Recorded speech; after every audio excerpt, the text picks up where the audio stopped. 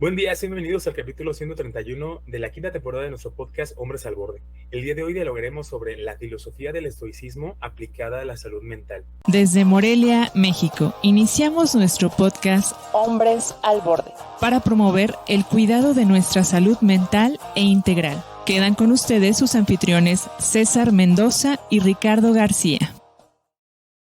Soy Ricardo García y me acompaña como siempre en la conducción de este programa mi colega y amigo César Mendoza. ¿Qué tal, César? ¿Cómo estás? Qué bueno tenerte por acá. Muchísimas gracias. La verdad es que siempre, cada vez que nos reunimos, es una excelente oportunidad para poder discutir y charlar sobre temas que son de bastante interés, para ver si algo de esto pues puede ayudar, ¿no?, en la salud de las personas. Sí, por supuesto, y creo que es una muy buena oportunidad en ese aspecto. También a todos los que nos están escuchando, los recordamos que nos pueden también sintonizar por ahí en Spotify, donde nos encuentran como Hombres al Borde, así que no se vayan a despegar del programa. Por otro lado, los invitamos a que puedan compartir este podcast con sus familiares y amigos para promover nuestro cuidado de la salud mental. El día de hoy nos acompaña en el programa. Y bueno, el día de hoy nos acompaña el músico y filósofo Gerardo Ferreira. Él estudió licenciatura en filosofía en la Facultad de Filosofía de Samuel Ramos, se llama, en la Universidad Michoacana San Nicolás de Hidalgo. Como filósofo se ha dedicado sobre todo a la ontología y la estética contemporánea. Ha impartido diversas ponencias en universidades y coloquios nacionales e internacionales de filosofía contemporánea. Cuenta con un capítulo de un libro que ya está publicado y del 2017 al 2019 formó parte del Programa Nacional de Ayudantes de Investigación del Nivel 3 y Mérito del Sistema Nacional de Investigación del CONACYT. Y bueno, ha dedicado por parte de la docencia cerca más o menos por ahí de 20 años, ya también es como toda una carrera en ese aspecto, y es muy interesante toda esa parte de las universidades en donde también ha promovido esa parte. Además, estudió guitarra y composición en la Facultad Popular de Bellas Artes, también de la Michoacana. Tomó algunos cursos en diferentes instituciones musicales y cursos de perfeccionamiento con diversos músicos de relevancia internacional. Y su música se ha escuchado por toda la parte de México y en diferentes países y festivales internacionales. En toda esta parte se ha reconocido mucho su prestigio y también su nivel en este ámbito de la música. Y pues, bienvenido Gerardo, qué bueno tenerte por acá. No, gracias a ustedes por la invitación y realmente pues es un espacio que sí me gusta estar aquí porque se ve que tratan temas muy interesantes y les agradezco mucho por la invitación. Sí, no es algo muy bueno, y también aquí expoliendo un poquito, y viendo esa parte de que pues Gerardo es filósofo y también es músico, también compartirles que él fue también mi maestro de guitarra, por ahí para quien me haya escuchado y diga, toca muy bien, pues es gracias a él. Si me dicen que no toco muy bien, él toca mejor. Entonces, algo muy importante en ese aspecto, también mencionándolo. Y bueno, ese tema que nos trae por este lado, también muy, muy importante, es por esta cuestión de esta filosofía estoica, que también me gustaría compartirles a los que nos están escuchando, cuál es como su principal información. Igual si alguien no tiene algún contexto del conocimiento de esta parte, la filosofía estoica es una escuela de pensamiento que se hizo allá en Grecia, en la antigüedad, y que los más reconocidos en ese aspecto, como de los autores que la formaron, era la cuestión de Epicteto, con su libro del Inquiridión, también Séneca, con sus cartas de Lucilio, y también con Marco Antonio, con la parte de meditaciones, que van formando esta situación muy interesante en la idea de vivir en armonía con la naturaleza, usando la razón y la virtud como guías. También los estoicos creían que no podemos controlar las cosas externas, sino más bien lo que está dentro de nosotros, y es parte de una esencia constante. Y esta perspectiva pues realmente promueve una serenidad y un autocontrol, ayudándonos como a enfrentar las adversidades con calma y con sabiduría. Uno diría, no, pues es la respuesta a todo, ¿no? Creo que es bien importante. Pero por ahí también la cuestión de que había surgido una pregunta por parte del programa que nos habían hecho, que era que qué tan recomendable sería adoptar esta filosofía del estoicismo ante la vida, para evitar sentir emociones destructivas y mostrarse indiferentes y fuertes y en control ante este tipo de situaciones. Entonces, bueno, con esta pregunta de qué tan recomendable es llevar a cabo la filosofía estoica, pues me gustaría escucharlos desde su punto de vista y también desde el área en donde están desenvolviéndose. Me gustaría comenzar contigo, Gerardo. ¿Qué opinas? ¿Qué opinas de esta parte? Sí, claro, pues bueno, como todo el pensamiento, como cualquier área del pensamiento, no olvidemos que la filosofía estoica se desarrolló por ahí de hace 24 siglos, en el siglo III antes de nuestra era. Y bueno, generalmente el desarrollo de la teoría en las humanidades no es lineal, pues no es de que una teoría vaya desplazando a la otra y negando al pasado. En filosofía las teorías nuevas no niegan las pasadas, sino que siempre el desarrollo de las ideas filosóficas es más bien intensivo, es decir, es de grado, de profundidad en algunos rasgos de las ideas, de ver qué posibilidades se le van extrayendo también a ciertas ideas también. Entonces, sería también muy aventurado decir que la filosofía estoica está vigente en su totalidad o que está descartada en su totalidad, sino que siempre que se hace una crítica y una revaloración desde el presente sobre alguna idea del pasado, pues tenemos que plantear el marco a partir del cual surgieron y plantearnos a qué daban respuesta esas filosofías en su época y cómo podemos adoptarlas en nuestra época actual también. Entonces, seguramente, pues sí, hay varias cosas que están vigentes de la filosofía estoica, pero tendríamos que plantearla en sus fundamentos también, porque algo que está muy bien planteado en la filosofía estoica me parece que son algunos de sus preceptos, ¿no? De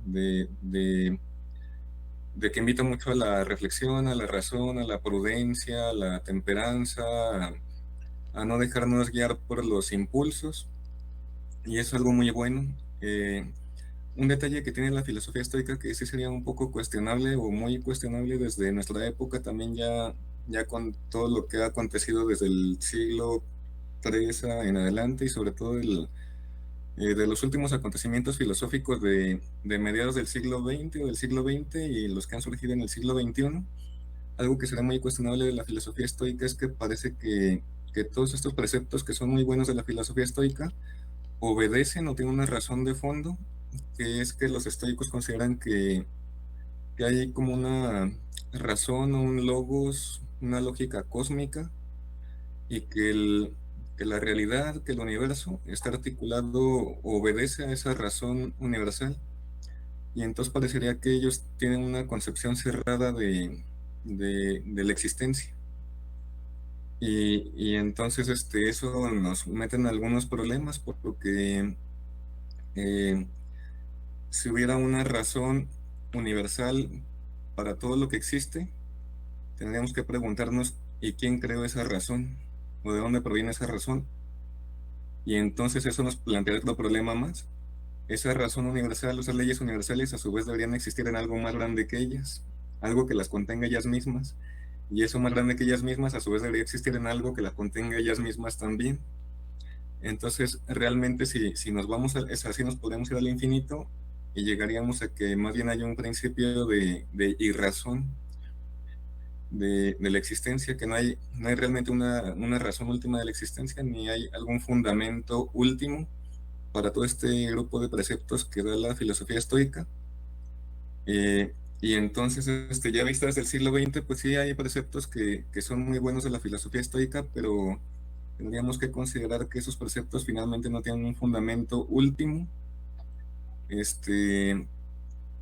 o que obedezcan a un deber ser más bien, y que su fundamento más bien es que lo que deberíamos de ver como fundamento para todos estos preceptos es al ser humano en medio de ellos, ¿no? De qué es lo que nos conviene a nosotros como humanidad, cómo nos conviene actuar para crear la humanidad que queremos crear más bien. Pero sí en sus preceptos, pues sí, la filosofía estoica es una filosofía que básicamente es una filosofía práctica, una filosofía ética, que nos habla, nos incita a obrar de manera muy prudente, ¿no? De manera muy, muy templada, de reflexionar las situaciones a las que nos enfrentamos antes de actuar sobre ellas también impulsivamente, y en ese sentido nos llama a no ser tan impulsivos, sino ser más reflexivos primero. Ok, de acuerdo. Una información muy interesante. La verdad es que ya no sé qué decir. No, Pero sí, la cuestión del fundamento en la parte de la filosofía sí es bien importante, y creo sí, que esa situación de poder verlo como en otros términos o cómo se manejaba antes, sí cambia mucho, ¿no? A lo contemporáneo que tenemos, sí, tiene que claro. ver con esa Y, parte. y si me permites ahondar un poquito más en la idea que estuve desarrollando, eh, Ya he notado últimamente ha habido como que se ha retomado mucho la filosofía estoica en la actualidad, pero parece como que si hubieran algunos intentos casi hasta ideológicos por volverla a poner de moda la filosofía estoica, pero que tratan como de recuperarla, pero como se hacía en el siglo III antes de nuestra era también, ¿no? Y entonces yo pienso que sí tiene muchas cosas de rescatar la filosofía estoica, pero hay que recuperarla de acuerdo también y considerando los avances que ha habido en la filosofía del siglo XX y del siglo XXI y bueno, y en toda la tradición filosófica para atrás, pero sobre todo en la filosofía más reciente, ¿no? Porque es la que más se acerca a nuestra época también actual. Y porque sin duda la filosofía estoica respondió a ciertos problemas, ciertas inquietudes que había en aquella época, pero si se va a retomar la filosofía estoica, pues hay que hacerla que responda a nuestra época también, ¿no? Eso es muy interesante. Yo creo que es una cuestión que sí hay que tocar esos puntos más a fondo en ese aspecto. Te agradezco mucho, Gerardo, por esta información que nos compartes. César, ¿qué tan recomendable sería adoptar una filosofía de estoicismo ante la vida? ¿Qué opinas tú desde tu área de la psicología? Sí, muchas gracias. Bueno, para empezar, sí quisiera aclarar que no estoy muy familiarizado desde una perspectiva teórica filosófica con estos conceptos, ¿no? Que están relacionados, asociados con el estoicismo. Sin embargo, desde la psicología sí alcanzamos a estudiar ciertas conductas o ciertos patrones de comportamientos que están como relacionados, ¿no? Están asociados con el estoicismo, sobre todo cuando surgen por iniciativa o voluntad de algunas personas el intentar reprimir, bloquear o controlar como justamente estos impulsos, ¿no? Que puedan estar apareciendo de una manera espontánea, de forma automática y que además vienen acompañados de un juicio en el cual se determina o se concluye que esas conductas no son adecuadas, no son apropiadas o no nos podemos permitir, ¿no? Por ejemplo, el sentir o disfrutar de un placer de manera desproporcionada, por ejemplo, ¿no? O algunas otras actitudes o conductas que, pues al final de cuentas, por una connotación social o por estas influencias culturales, pues se llega como a ese juicio de que no es algo correcto y en este intento, pues por uno tratar de adaptarse a esas condiciones, pues trata como de mantener bajo control, ¿no? Pero pues la verdad es que pueden ser en algunos casos pues algo complicado, ¿no? Algo difícil el poder mantener ese control así de manera, pues yo diría como gestionada, ¿no? Como decir, bueno, hay algunos casos, ciertos momentos, situaciones en los que a lo mejor sí es necesario y pertinente mantenerlos con ese nivel de represión, pero en otros tal vez no, porque a lo mejor sí es algo permisible, ¿no? Porque pues forma parte tal vez de las relaciones que se pueden tener, ¿no? Del vínculo ya afectivo y carnal que se puede tener con otras personas y ahí sí, ¿no? Ahí se aplica el poder permitirse de disfrutar de esos placeres. Pero aquí a lo que yo diría es que hay algunas personas que pueden estarse como ubicando en puntos muy radicales, ¿no? Es decir, o me doy todo el placer, ¿no? Y me lo permito que surja y fluya y se manifieste así de manera descontrolada, o me voy al otro extremo, ¿no? De llegar a Sí. mantener un control tal que no permita que eso sea algo posible. Y entonces se privan, ahí sí, de manera casi absoluta, de este tipo de placeres. Tal vez ahí ya se puede racionalizar y se pueden plantear argumentos, ¿no? Decir, no, pues es que esto me conecta con la espiritualidad y la purificación, ¿no? De mi espíritu, de mi alma y todo lo que sea, ¿no? Pero yo diría, ¿no? Más en el fondo es como el encontrarse en este conflicto interno, ¿no? Es decir, es que si no lo hago así, entonces de seguro no lo voy a poder controlar y se va a manifestar de una manera que a lo mejor no va a ser del todo favorable para mí, ¿no? Entonces mejor en lugar de que pase eso, mejor lo reprimo y lo controlo así como de manera total y absoluta, ¿no? Yo me voy o me inclino como por ese tipo de condiciones que en algunas personas pueden llegar a presentarse, ¿no? Desde estos puntos dicotómicos, ¿no? Muy radicales, ¿no? Es decir, bueno, o es o no es, ¿no? Porque parecerá que para algunas personas no hay puntos intermedios en donde puedan sentirse que tienen esta posibilidad de gestionar o de controlar de una manera más equilibrada ese tipo de reacciones o ese tipo de impulsos, ¿no? Y que luego las pueda llevar a ese tipo de extremos.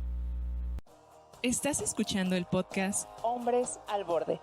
Te invitamos a escribir tu opinión en los comentarios y también a compartirlo, para que ayudes a más personas a cuidar de su salud mental. Sí, eso es bien interesante. Muchas gracias, César, por esta información que nos compartes.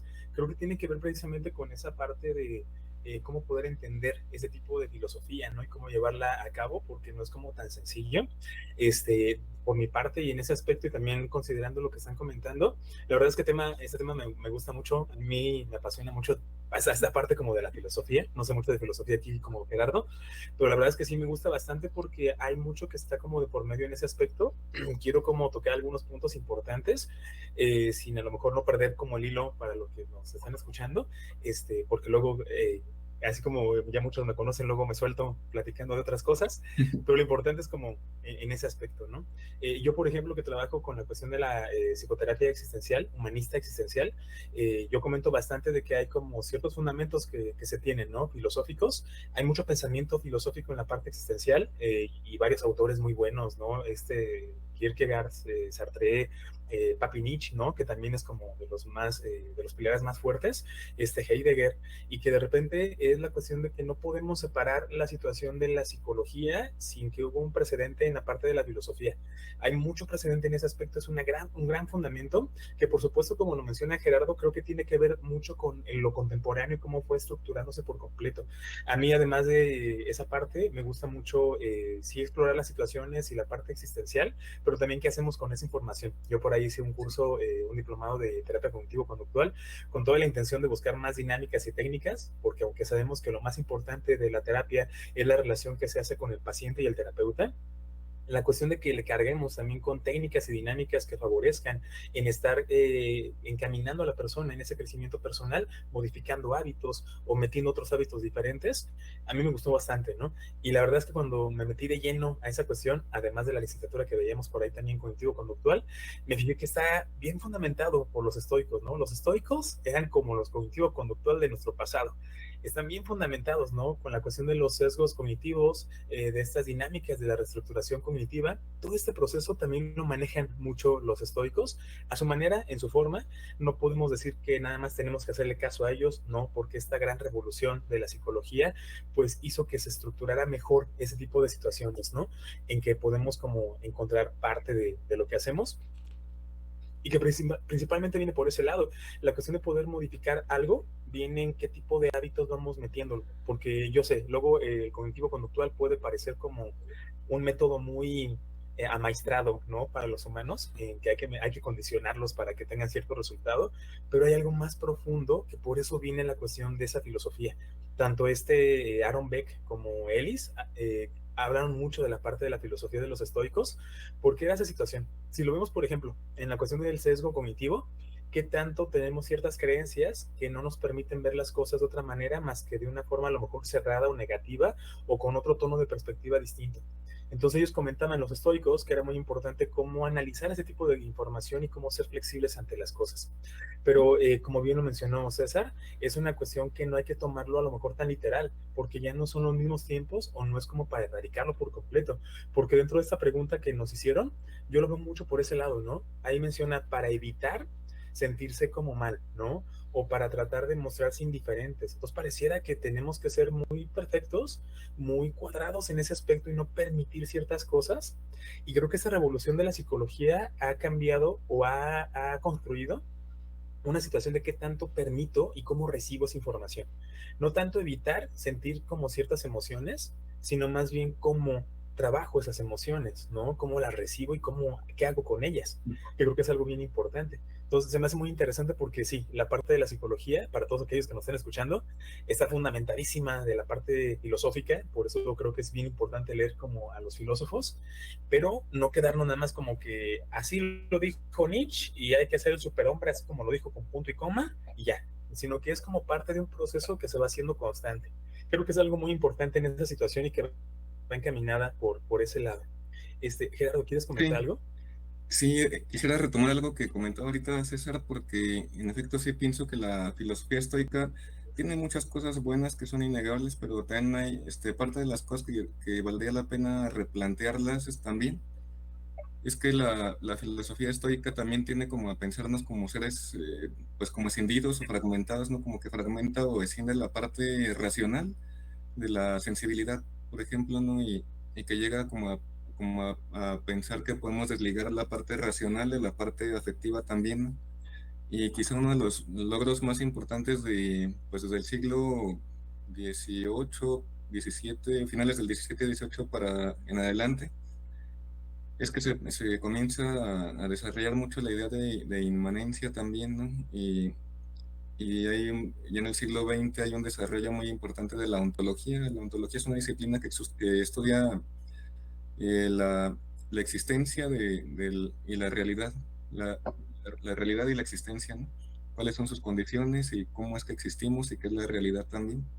Y entonces, a partir del desarrollo de la ontología en el siglo XX y sobre todo en el siglo XXI, pues podemos ver que no somos seres pues escindidos, sino que realmente somos una unidad, ¿no? Indivisible entre la parte racional y la parte afectiva también, y la parte carnal también, o sea, no es que tengamos un cuerpo, una razón y un afecto, sino que somos un, una racionalidad hecha de carne, hueso y emociones también, ¿no?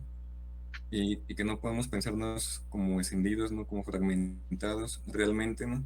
Y, y entonces eso es algo muy importante, eso me parece muy importante eso que comentaba ahorita César, porque parece que sí hay una tradición que ahorita sigue como queriendo cobrar vigencia, de pensarnos como escindidos, ¿no? Como de que, ay, pues domina tus instintos y aquello, ¿no? Y ser muy racional, y en partes muy emocional, ¿no? Pero sí debemos de tener cierto autocontrol, sí es importante el autocontrol, pero también es importante saber plantearlo bien desde los conceptos que somos una unidad y que sí hay la capacidad de controlarnos, pero sin olvidar que somos pues razón y afectos, y que en momentos siempre que hablamos estamos expresando más de lo que queremos expresar, y llegamos más lejos de lo que queremos llegar con nuestras palabras, y siempre estamos diciendo más de lo que estamos dispuestos a asumir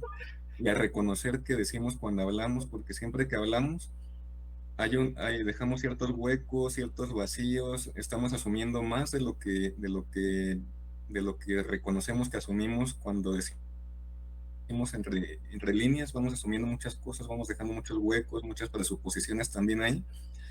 Y muchas veces en esos huecos, en esos vacíos que vamos dejando, se anuncian también muchos de nuestros afectos también, ¿no? Mucha de este lenguaje intencional también que va entre las palabras, que va anudado y enraizado a las palabras con las que nos expresamos.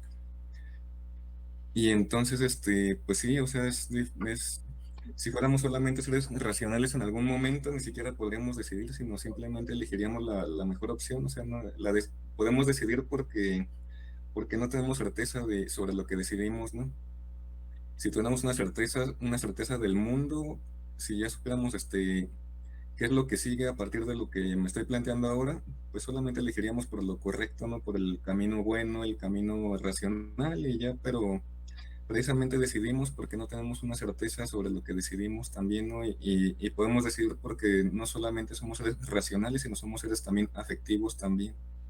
Y estamos pues conectados interna y externamente, porque nuestro pensamiento está conectado a nuestras circunstancias también, a aquello que nos fuerza a pensar, porque además el pensamiento no es algo que se produzca internamente en el sujeto, sino que se produce también externamente por una causa externa a mí que me fuerza a pensar, que crea en mí pensamiento, que me produce a mí como un ser pensante, como un sujeto pensante, porque hay causas externas que se me resisten, que se oponen incluso a lo que yo sé, y plantean cosas que no comprendo, que de plano me contradicen totalmente a veces, y pues me hacen pensar, me hacen replantearme y me crean externamente como sujeto pensante a mí también. Entonces nuestro pensamiento está anudado no solamente entre nuestras emociones, nuestra racionalidad y nuestro cuerpo, sino está anudado el pensamiento y la subjetividad, incluso a nuestras causas externas que nos hacen pensar también. Esa información es muy profunda, ¿no? Y muy llegadora. Ahorita comentabas esa parte de de que lo que hacemos y decimos nos compromete más de lo que realmente estamos haciéndolo y nos pesa más, ¿no? En ese aspecto, casi así como que ya Gerardo, ya, suéltame que me duele, ¿no? Sí. Tiene que ver como con esa situación. Y es como todo este paradigma importante y cómo entenderlo, porque luego, ahorita creo que queremos más inmediatez. En esa situación contemporánea queremos más inmediatez. Oye, que los estoicos decían esto y esta frase es motivadora y ya me sirvió. Todo pareciera que lo vamos a utilizar de manera general y que todos lo van a tomar igual y que no va a haber ningún proceso y vamos a tener los mismos beneficios. Creo que es algo bien pesado en ese aspecto y es como poder entenderlo desde ese punto de vista. ¿Quieres comentar algo, César? Sí, creo que para complementar algo de lo que ahorita estaban diciendo, además de que hay esta necesidad como de inmediatez, como decías, creo que también hemos hablado en algún momento, y ahorita lo retomo, como esta baja o poca tolerancia a la frustración, ¿no? Y no solamente a la frustración, sino también al sufrir o al dolor, ¿no? O sea, pocos somos tolerantes a ese tipo de emociones o de sensaciones que finalmente pues son o están inherentes a la vida, ¿no? O sea, este mundo pues podría percibirse, interpretarse desde cierta perspectiva como pues, es algo que puede provocar confusión, que puede provocar dudas, que puede provocar dolor y también tristeza y muchas otras sensaciones que de pronto pueden no percibirse como algo agradable y esto puede generar un caos, un conflicto en una persona, ¿no? El verlo así desde esta perspectiva, ¿no? Desde esta panorama y llegar a un punto en que sea tan intolerable el poder sentir, ¿no? Todo eso, que llegue como a esta determinación de decir, pues bueno, ya no quiero sentir esto, ya no me quiero sentir con dolor, ya no quiero sufrir, ya no quiero sentir que soy una víctima de todo el caos que reina en el mundo, ¿no? Así como hasta esos extremos, y que lo que pueda llevar a que una persona pueda plantearse esta posibilidad, ¿no? Decir, bueno, ya, si lo que me va a servir o lo que me va a ayudar a ya no sentir y agarrar como parejo, ¿no? O sea, no nada más no sentir lo malo, sino tampoco permitirme ni sentir estas otras condiciones que a lo mejor también me conllevan a conflicto, porque finalmente, por ejemplo, las sensaciones que son muy agradables o placenteras, pues también pueden estar asociadas a personas, ¿no? De forma directa. Y si eso yo además lo asocio con sufrir por amor, por ejemplo, ¿no? Pues obviamente que tampoco voy a querer sentir eso, ¿no? Entonces eso yo creo que sí en algunos puntos a algunas personas les puede llevar como a considerar esta posibilidad. Bueno, ¿qué hago?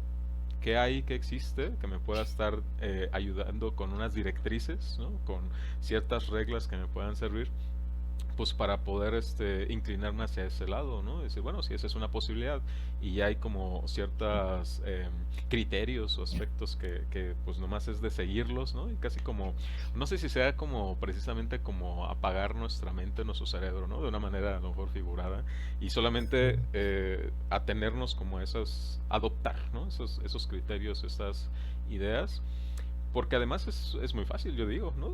Podría decir, pues ya no tengo que pensar, ¿no? Ya no tengo que estarme conflictuando con todas estas cuestiones de la vida y más bien con que adopte esto, ya, con eso puedo guiarme y con base en eso puedo seguir. Porque lo otro sería justamente lo que se hace en terapia, ¿no? De una perspectiva cognitiva, es decir, todas estas ideas que a lo mejor me llevan a llegar a estas conclusiones de que el mundo es un caos o de que solamente hay conflictos o que no puedo disfrutar plenamente, ¿no? De mi vida en todas sus ventajas, pues lleva a que confrontemos esas ideas, ¿no? Pero eso implica un esfuerzo.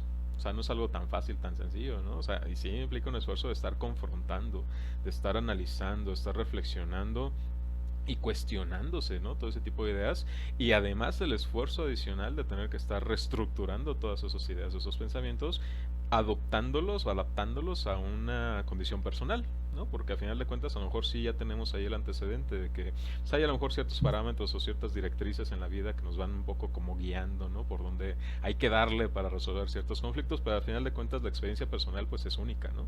Es del propio individuo, entonces eso tiene que adoptarlo a su propia experiencia personal.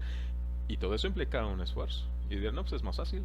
Simplemente adopto esto que ya está, que ya existe, que otros ya se encargaron de pensar por mí, y pues ya nomás me apego a eso, ¿no?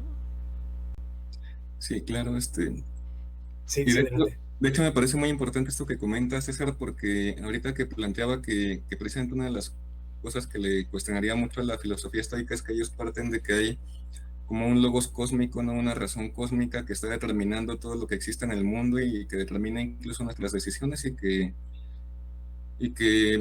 ellas son como la fuente de nuestra verdad, de nuestras conductas también, ¿no? Y de nuestros razonamientos, son como la fuente de verdad y valor de lo que pensamos, de lo que hacemos y de lo que decimos, ¿no? Sin embargo, les comentaba que ya, pues con los avances conforme fue avanzando la filosofía y el pensamiento, pues se fue avanzando mucho hacia esta idea de que no hay realmente determinismos, que no hay fundamentos últimos, y que no somos absoluta determinación ni absoluta indeterminación, sino que existimos como en un punto ambiguo, no siempre estamos como a la mitad del camino entre, hay determinismos parciales y hay indeterminismos también parciales, ¿no? Pero incluso ya en filosofías más contemporáneas ya del siglo XX, pues se plantea que realmente no hay ningún fundamento último que nos determine más que la libertad, ¿no?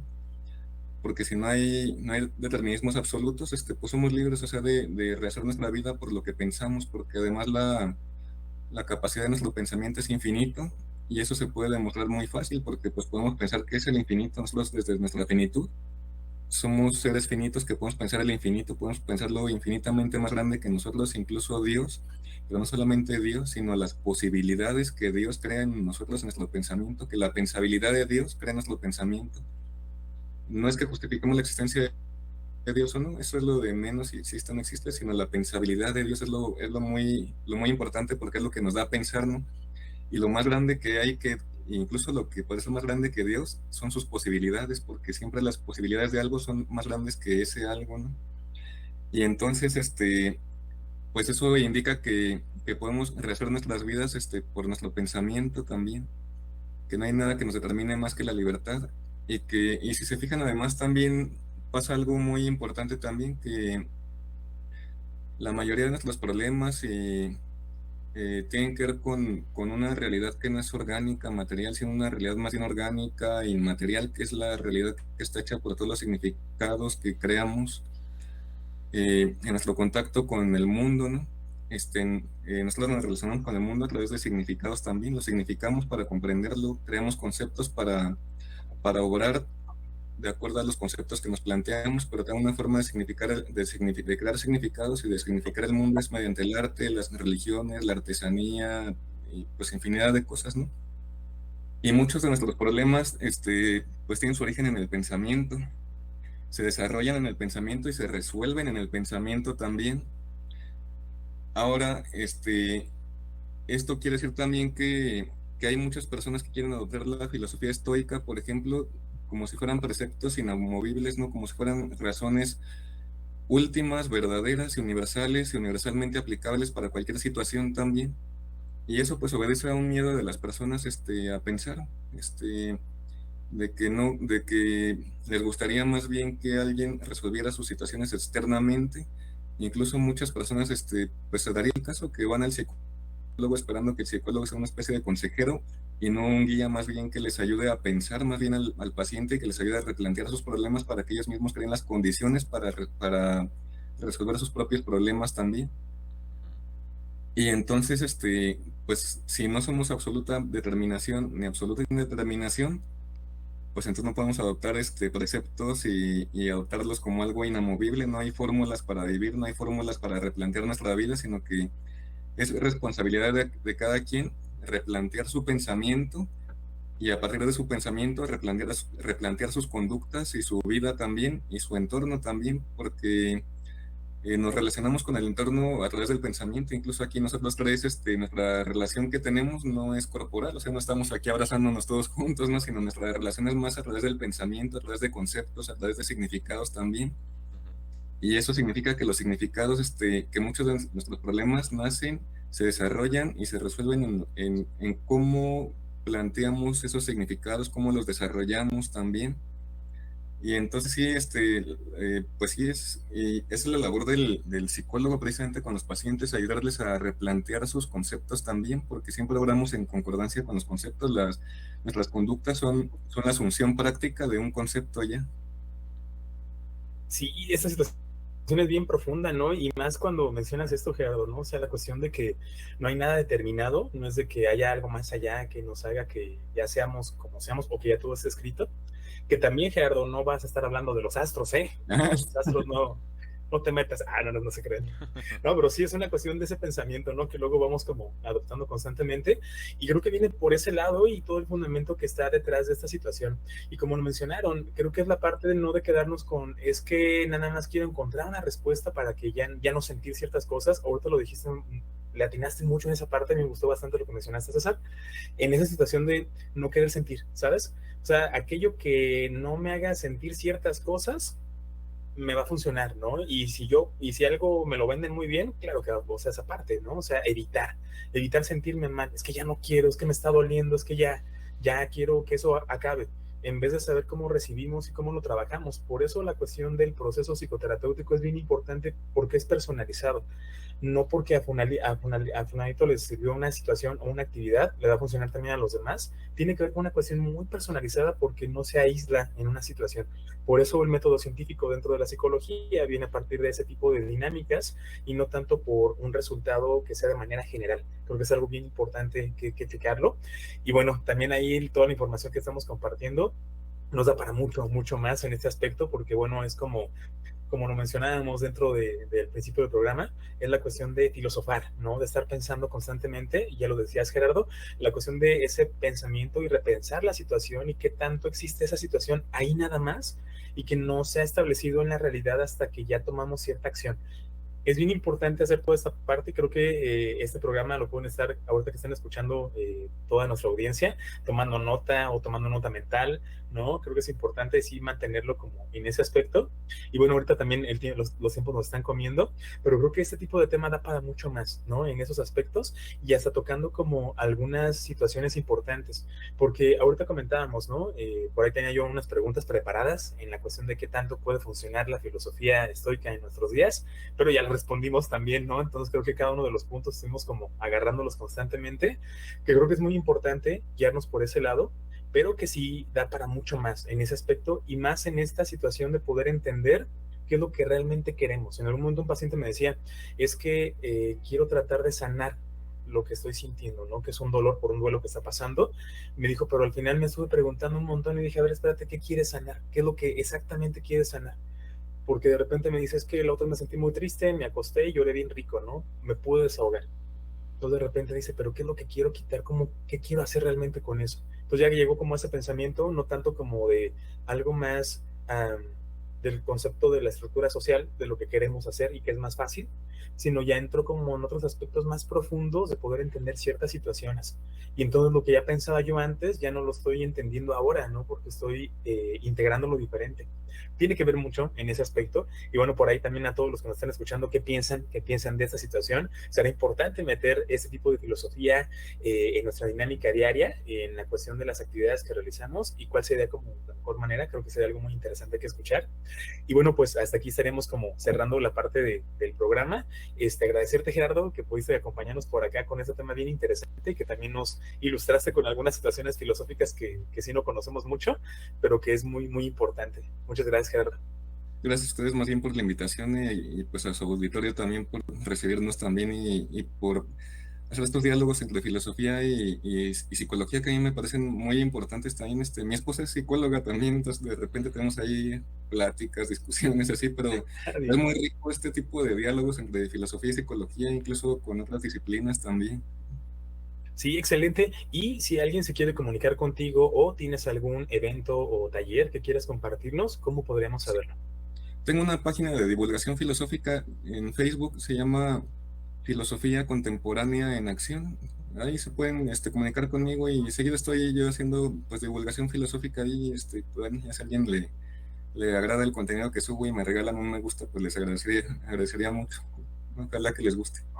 Ok, excelente, estaremos por ahí en ese aspecto. Y también, César, muchas gracias por también comentarnos esta parte y principalmente porque trabajas mucho con esta parte cognitivo-conductual y se ve mucho la cuestión de esta filosofía estoica a través de eso que también nos pudiste compartir. Muchas gracias.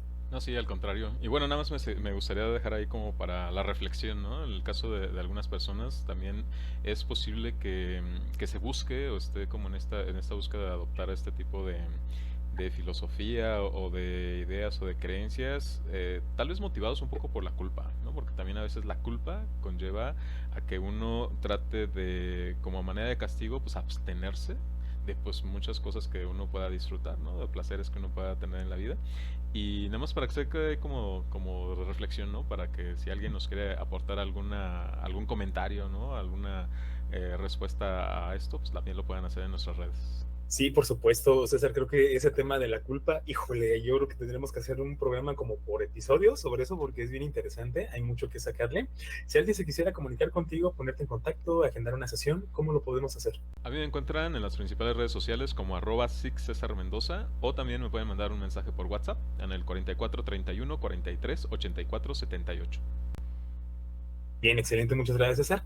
Y bueno, creo que en esa parte sí comento, hay mucho que filosofar en ese aspecto, y que también nos puedan dejar algún comentario, nos ayudaría bastante para poder escucharlos y para saber qué es lo que también piensan respecto a este tipo de temas que son muy interesantes. Yo también les dejo mis datos si me quieren contactar o mandar por ahí algún mensaje. Yo estoy en las redes sociales, Twitter, Instagram, Facebook, TikTok, estoy como sic.Ricardo García, y también les dejo mi WhatsApp si me quieren mandar algún mensaje, es 44 31 98 42 30. Y bien, queridos amigos, adorador público, así termina la transmisión de este podcast de Hombres al Borde. Agradecemos a aquellos que desde sus casas nos están escuchando, toda su compañía a este programa. Los invitamos a compartirlo en sus redes sociales y recuerden que nos pueden escuchar en Spotify, donde nos encuentran como Hombres al Borde. También los invitamos a que nos hagan llegar sus comentarios y nos vemos en el próximo episodio. Este podcast es un producto del proyecto Apolo para la salud mental e integral del hombre. Puedes escucharlo antes que todos en Spotify, donde nos encuentras como Hombres al Borde. También estamos en YouTube como Apolo Salud Mental.